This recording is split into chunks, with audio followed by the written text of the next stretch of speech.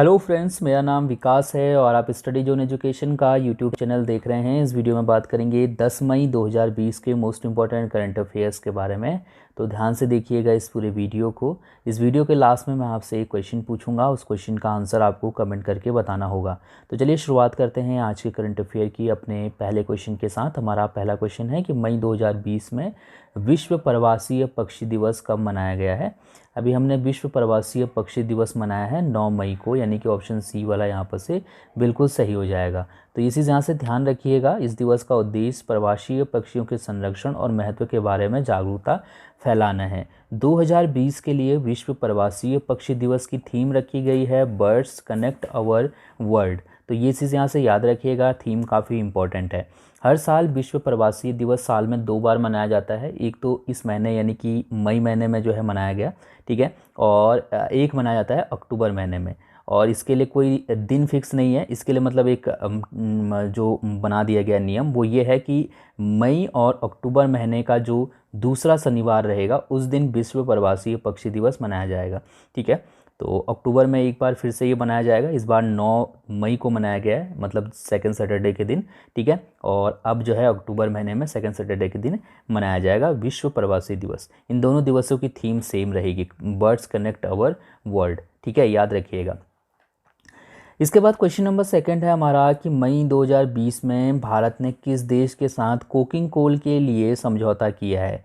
तो इसका जो सही आंसर है वो है ऑप्शन बी वाला, यानी कि रूस के साथ। अभी रिसेंटली भारत सरकार ने कोकिंग कोल के लिए रूस के साथ समझौता किया है। ये जो समझौता है ये कोल इंडिया और रूस की 2 अलग अलग कंपनियों के मध्य हुआ है, जिसमें से एक कंपनी का नाम है far eastern agency for attracting investment and supporting exports, और दूसरी जो कंपनी है वो है ईस्टर्न माइनिंग कंपनी। तो ये 2 कंपनियां हैं जिनके बीच में ये समझौता हुआ है। कोल इंडिया ने मतलब समझौता किया है।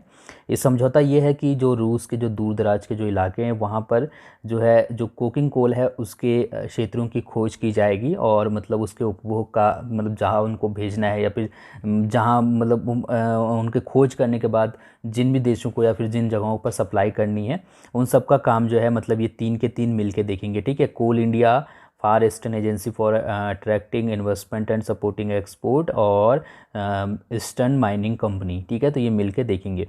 कोकिंग कोल को बेसिकली हम लोग धातु शोधन कोयले के रूप में जानते हैं, और इसका जो प्रयोग है वो कोक बनाने के लिए किया जाता है, जो कि स्टील के उत्पादन में इसका प्रयोग किया जाता है, ठीक है। कोक का इस्तेमाल किया जाता है स्टील के उत्पादन में, ठीक है। तो उसी की यहाँ पर बात की जा रही, कोकिंग कोल को धातु शोधन कोयले के रूप में इसको जाना जाता है।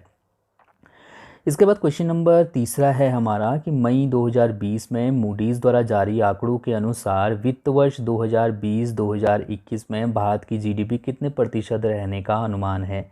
इसका सही आंसर ऑप्शन डी वाला है, यानी कि 0%। अभी रिसेंटली मूडीज़ ने अपनी जो जो इसने अनुमान लगाया था 2020-2021 के लिए भारत की जीडीपी वृद्धि दर का, वो था 2.6%। अब इसको अपग्रेड कर दिया है। अब कहा है कि भारत की जो जीडीपी वृद्धि दर रहेगी 2020-2021 में वो 0% रहेगी, यानी कि कोई भी जो है यहाँ पर हमारी जीडीपी में वृद्धि देखने को नहीं मिलेगी, ठीक है। मूडीज़ का जो मुख्यालय है वो न्यूयॉर्क में स्थित है। मूडीज़ रेटिंग एजेंसी के बारे में मैं आपको पहले भी कई बार बता चुका हूँ, ये इसी तरीके के आंकड़े जो है समय समय पर जारी करता रहता है, ठीक है। क्वेश्चन नंबर 4 है हमारा कि निम्नलिखित में से किस राज्य में प्रवासीय राहत मित्र ऐप लॉन्च किया गया है। प्रवासीय राहत मित्र ऐप अभी रिसेंटली उत्तर प्रदेश में लॉन्च किया गया है, यानी कि ऑप्शन ई वाला यहाँ पर से बिल्कुल सही है। ये जो ऐप है ये सरकार की जो जितने भी विभिन्न अलग अलग विभाग हैं जो कि प्रवासीय कामगारों को लेकर, प्रवासीय श्रमिकों को लेकर जो है नियम बनाते हैं या फिर काम करते हैं, तो उन विभागों के बीच में ये ऐप जो है सामंजस्य बनाने का काम करेगा। तो सभी ऐप जो है इसमें मतलब जो सूचनाएं हैं प्रवासीय मजदूर, प्रवासी श्रमिकों को से रिलेटेड, वो इस ऐप में जो है आदान प्रदान करेंगे। तो सरकार को इस मतलब जो जानकारी मिलेगी प्रवासियों के बारे में, ठीक है, मतलब जहाँ वो जॉब करते हैं, कितने घंटे जॉब करते हैं, उनकी क्वालिफ़िकेशन क्या है, एड्रेस क्या है, इन सब के बारे में मतलब उनको सरकार के पास जानकारी रहेगी। तो जब जो भी मतलब कार्यक्रम सरकार जो है मज़दूरों के लिए शुरू करेगी, श्रमिकों के लिए जो नए नए जो कार्यक्रम बनाए जाएंगे उनमें जो है इन जानकारी का इस्तेमाल किया जाएगा, ताकि सही लोगों तक जो है सरकार की जो योजनाएं हैं वो पहुंच सके, ठीक है। तो प्रवासी राहत मित्र ऐप अभी रिसेंटली उत्तर प्रदेश सरकार ने लॉन्च किया है। क्वेश्चन नंबर 5वां है कि मई 2020 में किसके द्वारा कैलाश मानसरोवर यात्रा के लिए नए मार्ग का उद्घाटन किया गया है? इसका सही आंसर ऑप्शन डी वाला है, यानी कि राजनाथ सिंह। हमारे रक्षा मंत्री हैं श्री राजनाथ सिंह जी, उन्होंने वीडियो कॉन्फ्रेंसिंग के माध्यम से अभी रिसेंटली कैलाश मानसरोवर यात्रा के लिए एक नए मार्ग का उद्घाटन किया है। ये जो मार्ग है ये 17,000 फीट की ऊंचाई पर उत्तराखंड के लिपुलेख धारचूला मार्ग पर स्थित है और जो है 80 किलोमीटर लंबा ये मार्ग है। तो ये जो नया मार्ग है ये कैलाश मानसरोवर यात्रा की जो दूरी है वो लगभग 3 दिन मतलब जो है कम कर देगा। 3 से 6 दिन जो है इसमें कहा जा रहा है कि कम हो जाएंगे। ठीक है, तो याद रखिएगा ये जो नया मार्ग है इसका उद्घाटन किया राजनाथ सिंह जी ने। क्वेश्चन नंबर 6 है हमारा कि मई 2020 में रक्षा मंत्रालय ने कितने एयरफील्ड के आधुनिकीकरण के लिए टाटा पावर SED के साथ समझौता किया है? इसका जो सही आंसर है वो है ऑप्शन डी वाला, यानी कि 37। अभी रिसेंटली रक्षा मंत्रालय ने 37 एयरफील्ड के आधुनिकीकरण के लिए टाटा पावर SED के साथ समझौता किया है। जो समझौता हुआ है इसके तहत भारतीय वायुसेना, भारतीय नौसेना और भारतीय तटरक्षक बल के लिए लगभग 1200 करोड़ रुपए की मतलब जो है लागत से जो एयरफील्ड हैं इन तीनों के उनको जो है आधुनिक बनाया जाएगा। ठीक है, इसके बाद हम लोग बात करेंगे अगले क्वेश्चन की। क्वेश्चन नंबर 7वां है हमारा कि मई 2020 में भारतीय आयुर्विज्ञान अनुसंधान परिषद ने अपनी कोविड-19 टेस्टिंग किट के लिए डिलीवरी करने के लिए किसके साथ समझौता किया है? इसका सही आंसर ऑप्शन डी वाला है, यानी कि भारतीय डाक।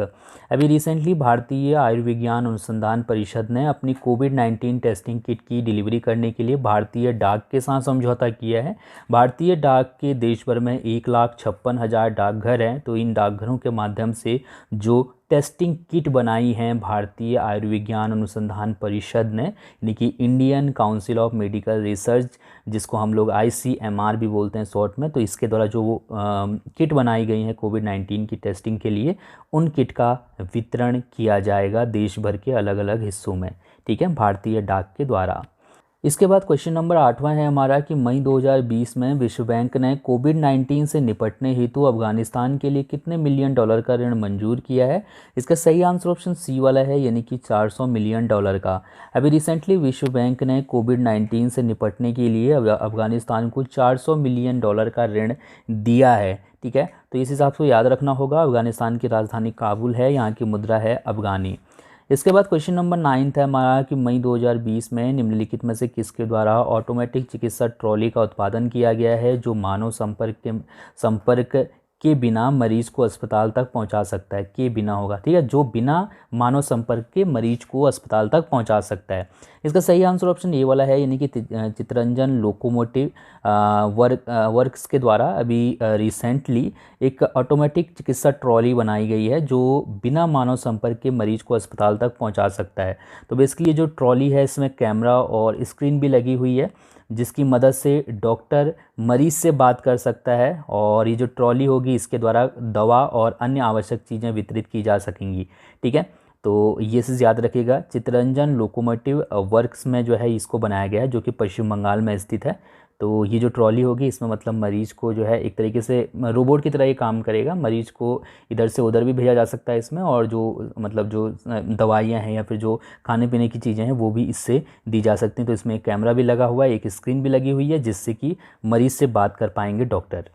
इसके बाद क्वेश्चन नंबर 10वां है कि मई 2020 में किस राज्य ने 3 वर्ष के लिए राज्य के बहुसंख्यक श्रम कानून को निलंबित करने की मंजूरी दे दी है? इसका सही आंसर ऑप्शन ए वाला है, यानी सी वाला है, यानी कि उत्तर प्रदेश। अभी रिसेंटली उत्तर प्रदेश सरकार ने 3 वर्ष के लिए राज्य के बहुसंख्यक श्रम कानून को निलंबित करने की मंजूरी दे दी है। उत्तर प्रदेश सरकार द्वारा जारी अध्यादेश में नौकरी करने वाले लोगों को हटाने, नौकरी के दौरान हादसे का शिकार होने और समय पर वेतन देने जैसे 3 नियमों को छोड़कर अन्य सभी श्रमिक कानूनों को 3 वर्ष के लिए स्थगित कर दिया गया है। जो श्रमिक कानून होते हैं बेसिकली वो जो हमारे जो भी श्रमिक लोग होते हैं, चाहे वो गवर्नमेंट किसी इंडस्ट्री में हो या प्राइवेट इंडस्ट्री में हो, तो उसके लिए कुछ नियम बनाए गए हैं जैसे कि यूनियन बनाई जाती है और भी कई चीज़ें होती हैं। तो लेकिन अब जो है ये ज़रूरी नहीं होगा। ठीक है, यानी यूनियन बनाना ज़रूरी नहीं है अगले 3 सालों के लिए। ठीक है। अगर यहाँ पर क्या होता है, जो श्रमिक कानून होता है इसका पालन कराना पड़ता है कंपनी को, ठीक है। अब क्या होगा कि कंपनी के ऊपर ये दबाव नहीं बनाया जाएगा कि हाँ यूनियन बनाओ अपने श्रमिकों के लिए, या फिर इस टाइप का मतलब चुनाव करवाओ, ठीक है। तो ये मतलब कहीं जो है उनको छूट दे दी गई है।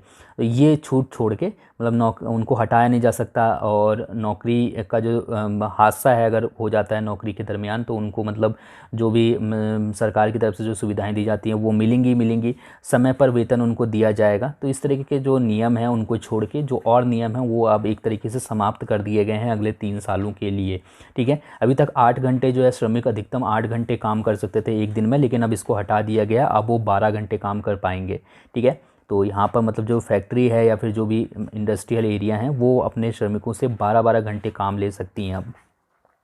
क्वेश्चन नंबर 11वां है कि मई 2020 में निम्नलिखित में से किस कंपनी ने सुरक्षित संदेश और फाइल शेयरिंग सेवा कीबेस के अधिग्रहण की घोषणा की है।